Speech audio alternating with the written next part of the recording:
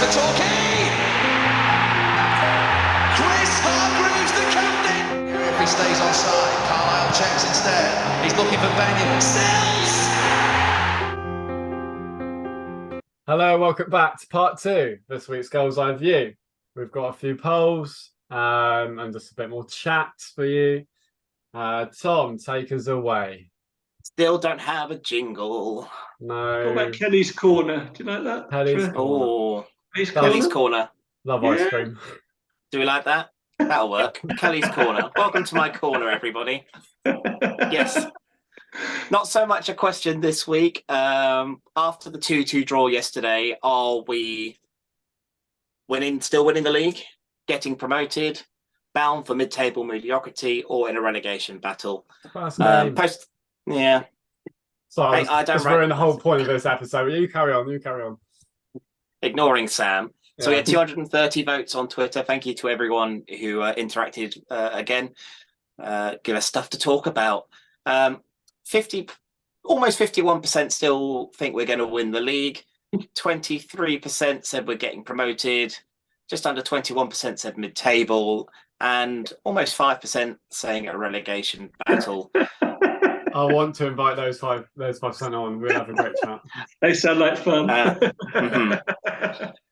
Oh, come on. We don't seriously think we're in a relegation now. Oh, my goodness. I take nothing for granted. Absolutely nothing for granted with this club. I've told Gary Owens to stop voting on these. Yeah. So yeah, over half who voted reckons we're still winning the league. I mean, come on, it's one game.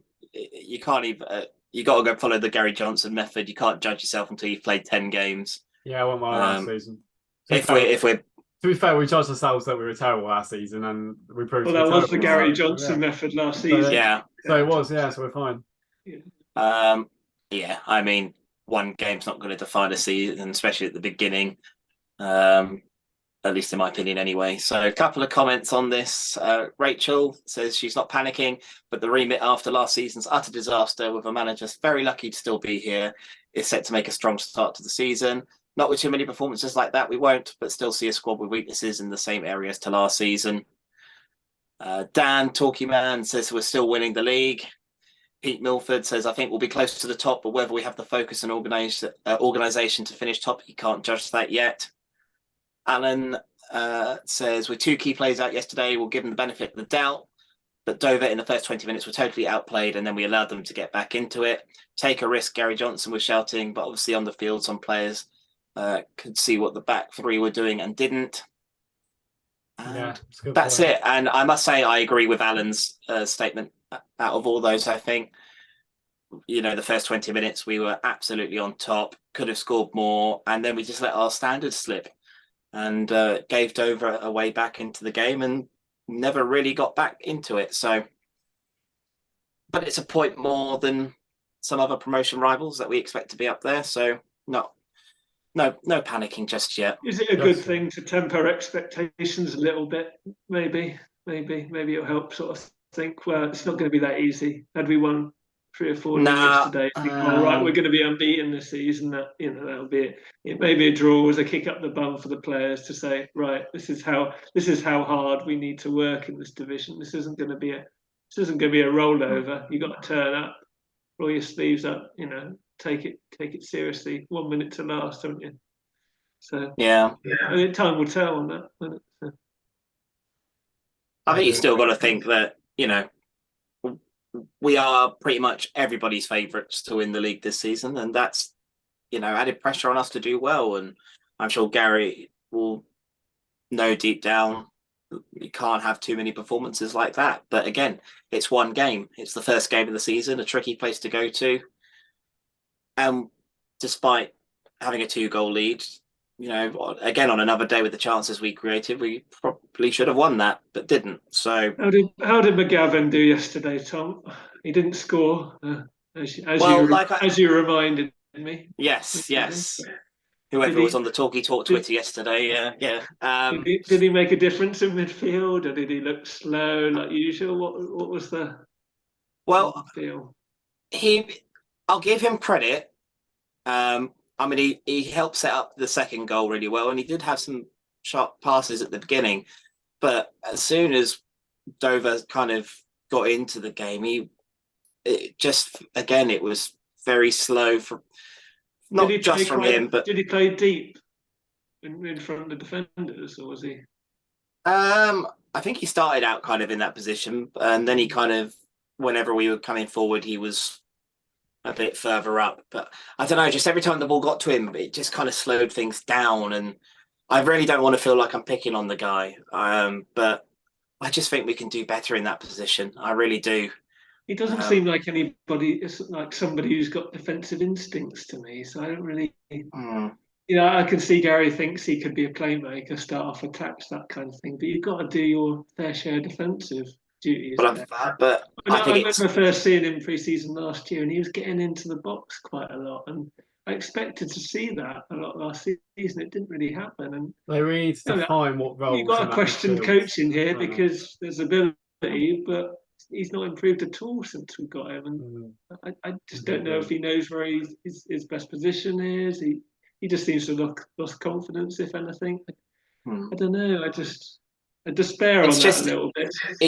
He's just very static, and the problem is we've already got a midfield that, and its current form is quite static. In a midfield, you need especially in a 3, you need a balance. In my personal eyes, you need more of a holding defensive one. You need one who's going to do the box to box, and you need the creative sort of playmaker of the 3. So Lapsley's your box to box. Exactly. You can all kind of.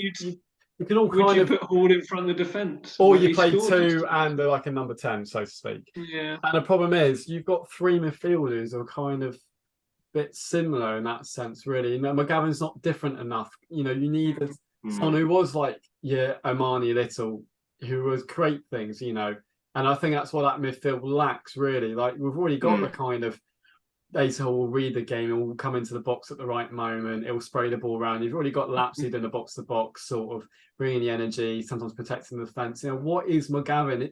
Is he someone who's meant to sit in front of the fence and can't spray the ball around? But we've already got Asa Hall, I'm not buying him as that. That just doesn't not at all. suit his abilities to me. No. Or I just look. Be like a plays off the strike. I don't know yet, and this is the problem. Really? And of course, it still goes back to last summer's transfer window because you've got these other players. You've got Ryan Hansen on the bench there. I still don't know what sort of midfielder he is. We're playing his former team. He would have loved to have played this day. He would have given everything he wanted, desperate for action. Gary clearly doesn't rate him at all. Brought Dean Moxey on for a few minutes. Yeah. What was the point in that? I'm sure I've heard. And then you've got Dylan Crowe not even in the squad. You've got Marshall not in the squad. They're kind of still hanging around, aren't they? Yeah. I'm sure I've heard in the grapevine somewhere that there's probably going to be a couple of players heading out soon. I do. Yeah, Devon Live. So you're predicting Marshall and Crowe and Hansen out those 3. You have to think it's at least 2 of those 3. But I mean, McGavin was subbed very early into that second half, which I thought was quite telling. Yeah. But then it didn't really improve our fortunes on the pitch until. He's an easy player to pick on a little bit, isn't he? As we said, because he was brought in just after Armani Little. Yeah, and he's got that lethargic look about him, isn't he? He's got that sort of look about him. Think if he's not really producing much, you think, oh God, McGavin, he was rubbish today. Whereas if Lapsley has a bad game, you say, well, he tried. Tom, didn't he run around? McGavin, but that was the case. Like I didn't particularly think Lapsley was all that effective yesterday. But he ran himself as he normally did. He'll charge around, won't he? So that's what he'll give. Collins gives you pace out wide, and he can, he delivers great crosses into the box. I mean, McGavin's not even set piece taker anymore. At least not first choice set piece. It was set piece taker, I should say. It was all down to Jenkins Davies, who. How was it yesterday? Nothing.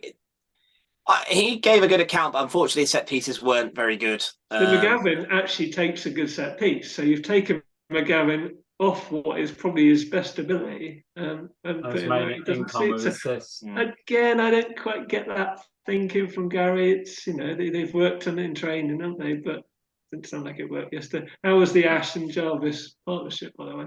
Oh, it didn't really click yesterday. Unfortunately, we both had chances on other days in school, though. Yeah. Oh yeah, yeah. It just wasn't as effective as we've seen in pre-season. Whether that's was down to the tactics, whether that was just down to how Dover were pressing us, or again, even maybe the weather conditions. We just seemed to play it long, and Jarvis was so isolated up top. Bradley Ash was again running about trying his best, but it was just frustrating. But then if I you do score, wonder if he'll think about changing it to something like a 4-3-3. Or To be honest, 4-4-2. Collins kind of suits that Yeah. role just off the strike. I like the still. I Yeah, am no, right. Yeah. I'm not a fan of. And if you're I'm still not a fan of 3-5-2. having two out and out strikers in a squad where you're playing two striker formation isn't going to end well. I know Collins can play up front, but like that's the other problem, you know. Yeah, but then if Jarvis and Ash score those chances, then they've had a good game, haven't they? If you say that, we're all happy then, aren't we? So, yeah.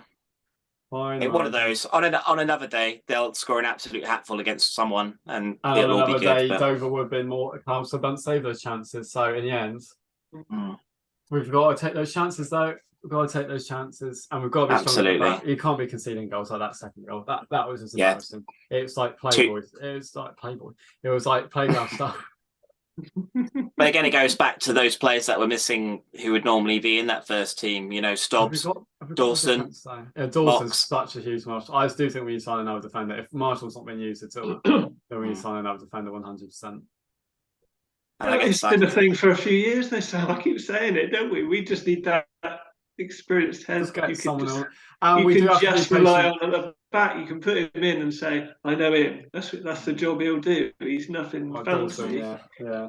Well, it could have just been a non-league South defender, somebody who's like, mid-table-ish, but knows his job, is physical, big commanding guy. I'd happily put somebody like that in this season. It doesn't have to be.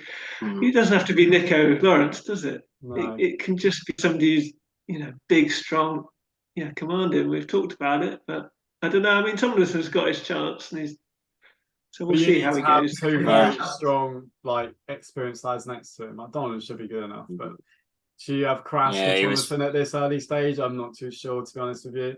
I have nothing against either of them. I just think right now you needed that Mox. Obviously, Mox is not fit enough yet. You just needed that, didn't we? So, and it harpers back to as well a couple of injuries in the squad, and all of a sudden, what's your plan B? Does Gary have some form of plan B in mind? That was definitely a criticism of him last year. Was as soon as plan A didn't work, he didn't really have a plan B, and it was all kind of. We do have more options in different positions now. Like I do agree with you, Tom. We do have if the plan B came in, it's a 4-3-3 or 4-4-2. It would we have the players to fit that now, unlike last season. But still, you're right. I didn't really know what formation we were playing at the end of the game. It was just kind of try and get a goal, but it just seemed so scattered and everything. I was just, but there you go. The joys of National League South football. It's the chaos, though, isn't it? It's the chaos. The chaos, absolutely. You got to calm yourselves and handle it. We're looking ahead to the next two games. So obviously we'll record on the Wednesday after Chippenham. So next two games, we've got to get 6 points. We get 6 points for Saturday, karma, because wasn't it last season on the Owers, the alarm bells ring when we had 4 points from 3, I'm pretty sure. No, actually, I think we had 7. No, we did have 7, actually. We did have 7 because we lost the 4th game at Gloucester, I remember now. So, yeah, we do need to get 7. We squeezed past, got past Bath, didn't we, at home? And then 2-0 or something. And then I think, East Thurrock, didn't we, as well? Oh, East Thurrock, yeah. So, yeah, we need to get those 2 wins in the bag now. Obviously, be out playing more, get the home fans on board very quickly is crucial at this time, and then sort of build that momentum. But it's not ideal not winning your first game. But let's not panic yet, Yellow Army, eh? Why would anyone need to do that? 45 games to go. I do agree. And the Invincible season is still on.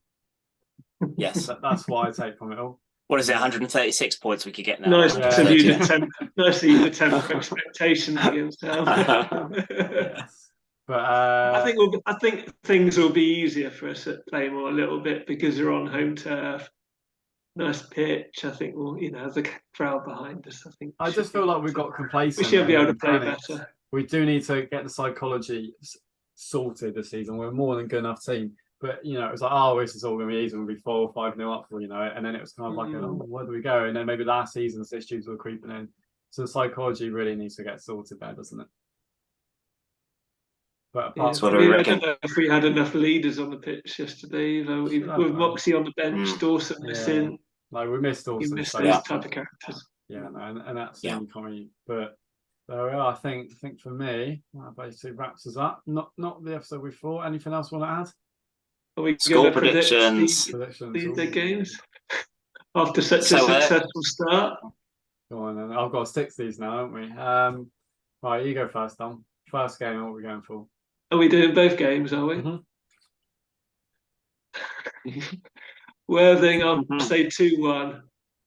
4-0 Torquay. Torquay. And Chippenham at home, 2-0. 4-1 Torquay.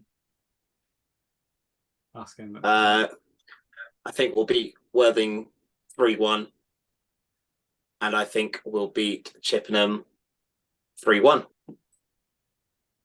There we go. Fast. Confidence, eh? It's only a draw. Right, thank you very much for joining us. Hopefully be a bit more relaxed by the next one. And thank you. We're not too tense, are we? We're not too fine. tense. Nah. Thank you for everyone who's commented and answered our questions. Thank you to everyone who did their predictions. Hope to see you there next week. Obviously, you can just do it at the games you want, or if you keep putting your same name each week, I'll do it. Just to keep a tally. So don't worry about that. Don't start changing your names and confusing me. Come on now. I've got 65 people. I've got 65 people. It's going to go wrong at some point. Crazy. There's going to be human error. Like I didn't put out now. There's going to be some human error going on here. But yeah, no, that's all good. And I can see when there's some room for cheating. I can see when people do it. So don't worry about that either. It's a fair game. And the winner will win. I don't know what they're Gary Johnson. Yeah, you can have my Gary Johnson. You can win the Gary Johnson. My in Gary Johnson We Trust sign. It's under my bed. Oh my goodness. Oh, hang on. We've just gone from 65 down to 5, Sam.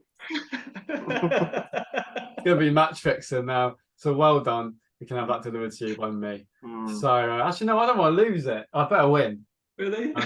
I don't want to lose. I love that one. Right. So there we go. You can win a free hat. There we go. Worth a £5 on eBay at least. Yeah. Oh no, I meant the sign. Yeah, the sign, not the colour. That's like £100. Christ. Signed by us, it's worth 1,000. Oh, that's gone down in value. Oh, you can tell we're trying to fill out the episode there, can't you? Right, we'll see you next week. Bye. Here's Hargreaves, chance for Torquay! Chris Hargreaves, the captain! If he stays onside, Carlisle checks instead. He's looking for Benyon. Sells!